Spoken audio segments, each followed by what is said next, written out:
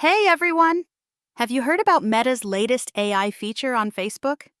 Whether you're looking to automate messages, find quick answers, or just have some fun with AI, this new tool is a game changer. And today I'm here to walk you through everything you need to know to start using it on your Android device. Let's dive in. First, make sure you have the latest version of the Facebook app on your Android. Meta AI is a brand new feature, so older versions of the app may not have it just yet.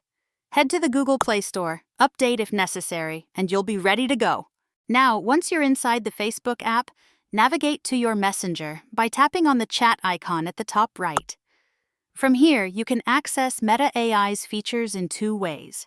You can either start a conversation with Meta AI directly, or use it within your existing chats to assist with things like quick replies or getting information without leaving the conversation. Let's look at the top things Meta AI can help you with right now. Imagine you're planning a trip with friends, and you need to check weather forecasts or look up nearby restaurants. Meta AI can instantly find answers or provide suggestions without you ever needing to switch apps. Just type at Meta AI followed by your request like suggest restaurants near me, and Meta will do the rest. Meta AI isn't just for practical stuff, it's pretty entertaining too. Try asking it fun questions or even requesting trivia topics.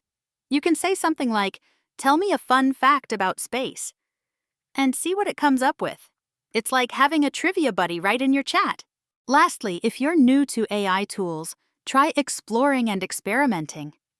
Start by asking basic questions and see how the AI responds. It's a quick learner and gets better at responding the more you use it. And remember, Meta is actively improving this feature, so look out for updates regularly. And that's it, folks. Meta AI on Facebook is here to make life simpler, whether you need quick information or just want to have some fun. So go ahead and try it out. Let us know in the comments what you think, or any cool tips you discover. And don't forget to subscribe for more quick tech guides like this. Thanks for watching.